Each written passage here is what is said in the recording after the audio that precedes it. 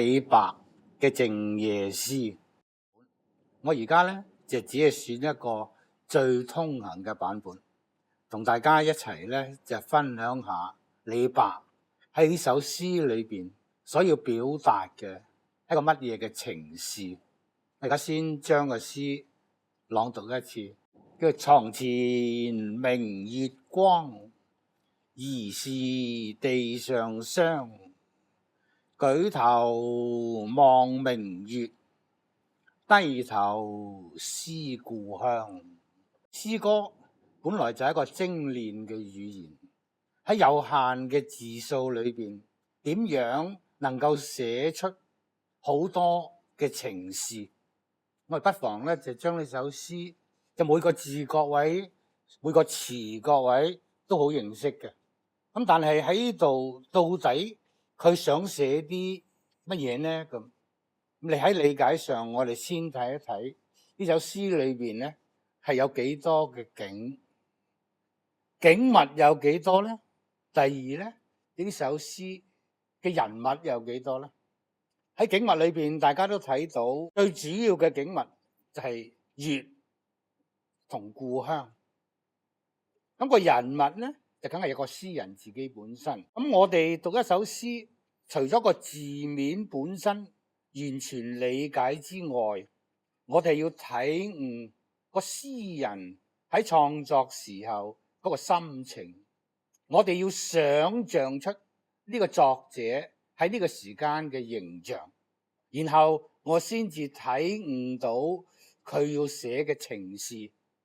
你人生閱歷越多，你能夠感悟嘅又會多啲。喺呢度佢到底係喺一個乜嘢嘅時間嚟到去寫呢首詩嘅呢？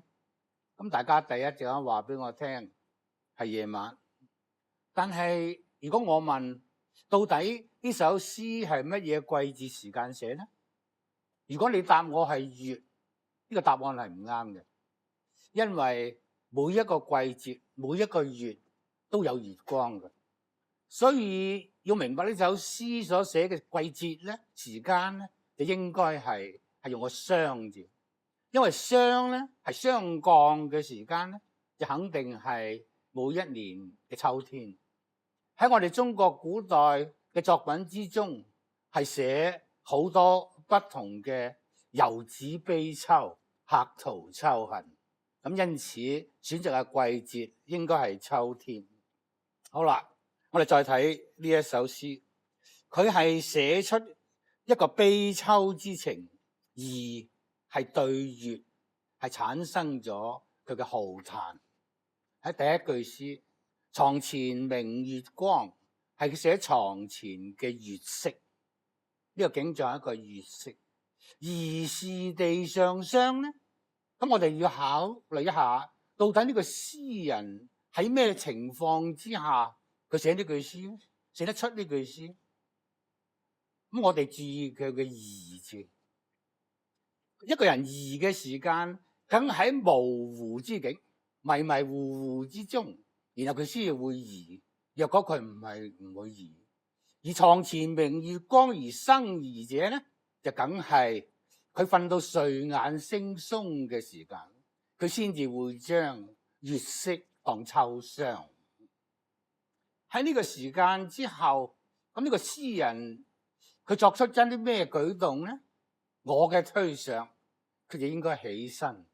起身之後咧，喺月底下，然後舉頭低頭，由舉頭所望，低頭所思，寫出個客子悲秋之情。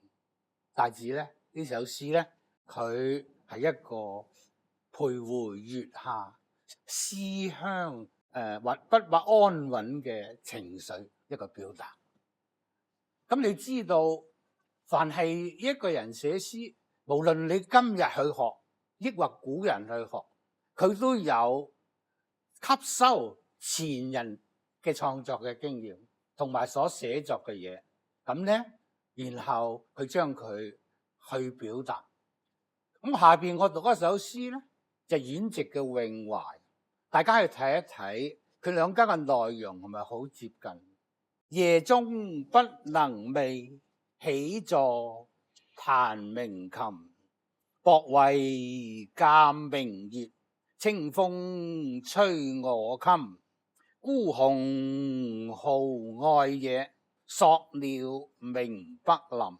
徘徊張河見，憂思獨傷心。你佢所寫嘅內容係咪同李白呢首詩好接近呢？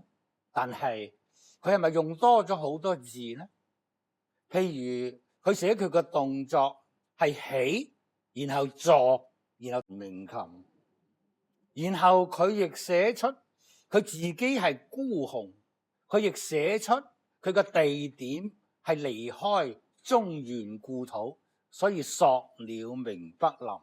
佢亦寫出佢自己徘徊所見，憂思之情。咁樣李白係同樣寫一樣咁嘅內容，但係詩歌嘅濃縮而有你無限嘅想象空間。以詩作嚟講，就李白嘅就比較精煉啦。涼風有信嚟，秋微月暮。